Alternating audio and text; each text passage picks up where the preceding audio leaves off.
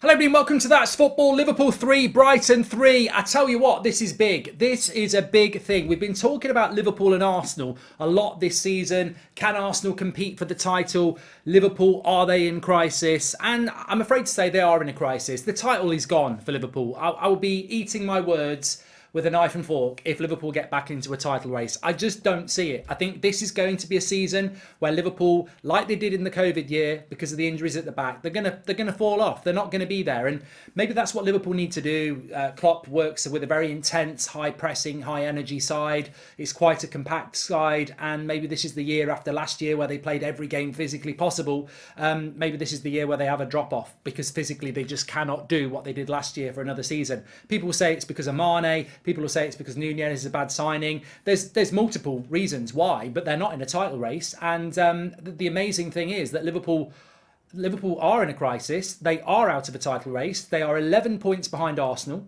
They play Arsenal next week, and then the next Premier League game after that is Man City.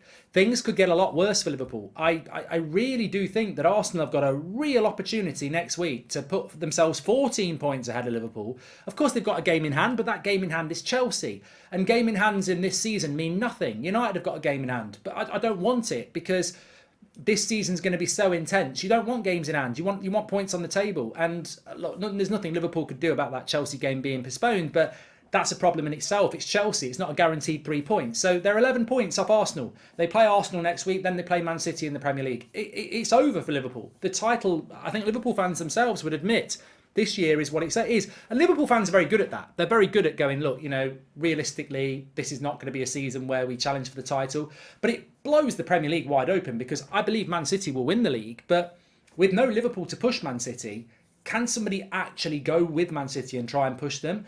I think it's so hard. And look, we've discussed Arsenal already today, and maybe they can do it. But Liverpool and Man City have been Premier League monsters of the last few years. They just go way beyond everybody else. So in a way, for the Premier League, Man City could coast it. They really could, but that's for another day. Liverpool, look, 3-3 at home to Brighton. If you concede 3 goals at Anfield, then you've done well to get a result. They were 2-0 down, 3-2 up, and then 3-3. And Brighton without Potter, absolutely superb. And they've got a deserved point there. But Liverpool's problem, if you score 3 goals at Anfield, you expect to win the game. They're letting too many goals in, and I know Trent is a player that people want to go in on. And look, don't come at me with Southgate's right. Southgate's not right about anything. Southgate's a bloody terrible manager. But it's not just Trent. I've looked at Liverpool's defence a lot this season. I thought the Napoli game was shocking, and that was other players. I think they've switched off. Van Dijk just doesn't look right at all. I mentioned this on the international break. There's a lot of top quality players not performing well at the moment. Now, why is that? Is it because a monumental World Cup is about to happen and players are psychologically not committing as much as they normally would because we're in that zone now? If you pick up a 6-week injury, you're out of the World Cup. Is Van Dijk thinking like that? Are some players thinking like that? I don't know. But Liverpool could, for a multitude of reasons, they're having issues. Are some players, have they got their eye on the World Cup? Are they knackered from last season? Are teams figuring them out a little bit? The defence is just not coordinated. I just think Liverpool have fell off. They fell off from very high standards last year, and they're just nowhere near. And they're a bit like the Liverpool when they lost their Anfield record during COVID when there was no fans there. They're vulnerable. They're beatable, and teams are having a go at them. And anybody will tell you when you're successful, the biggest win you have is the win that you have because teams are scared of you. We saw it with United for years. When teams were scared, they were already beaten in the tunnel at Old Trafford. And Liverpool at the moment just feel like a team that is vulnerable, and teams are not scared of them. And God, they've got a couple of Premier League games now that are really, really concerning. I mean, if I look at the Premier League table, Liverpool are currently 9th. If a couple of results go wrong for them, they could go, out of the top 10. And with Arsenal away and then Man City to come, they just don't have the form to feel that they can go into those games and get results. I would always back Liverpool against Arsenal. I would fancy Liverpool to get a result against Man City. But right now, they are playing really bad. And they will get punished by teams that are playing really well. And Arsenal and Man City are playing really well. They are wounded animals wandering into the Emirates next week. And Arsenal will go for them. Fluidity, chemistry, they'll go for them. And Liverpool are going to have to... I mean, it could be a game they turn their season around. But Title, forget about it. It's gone. You're 11 points off Arsenal. Liverpool have got to get themselves back into that situation where they were a couple of years ago, where people were thinking they're not going to be in the Champions League next year. They can still do that. They've got the quality to do that, but they're all over the place at the moment. And my personal opinion, looking at Liverpool, is that it's fatigue, it's mentality, it's motivation. And I know that sounds really bad, and I'm sure Klopp and his players won't like it. But I can sort of see why. You could have won a quadruple last year. Like, literally, you could have done. You took the league title to the last day and you lost it to Man City.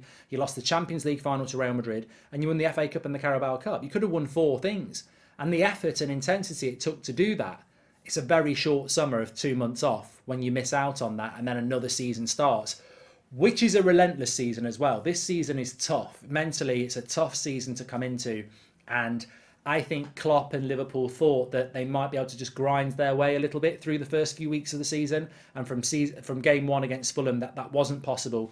And they're dropping points to teams that they really wouldn't normally drop points to as well. So, look, I think there are positives. Firmino has been a godsend for them this season. Without him, they'd be worse. I think Diaz has done well, which is an oddity, really, because they're saying that they miss Mane, but I think Diaz has probably been their best player. Salah's very, very inconsistent at the moment. Their midfield is the problem. That's where they should have invested, in the midfield. The midfield is the problem. The midfield looks fatigued. It's not protecting the back four very well. Teams are getting at that back four. As we've spoken about, Van Dijk, Trent. There's a lethargy to Liverpool, and there's a lack of belief. There's a lack of intensity. Their pressing stats are down massively. So look, you can see why Liverpool are faltering. The big question is, how much are they faltering? Are they faltering to the point that this could be the beginning of the end for Jurgen Klopp?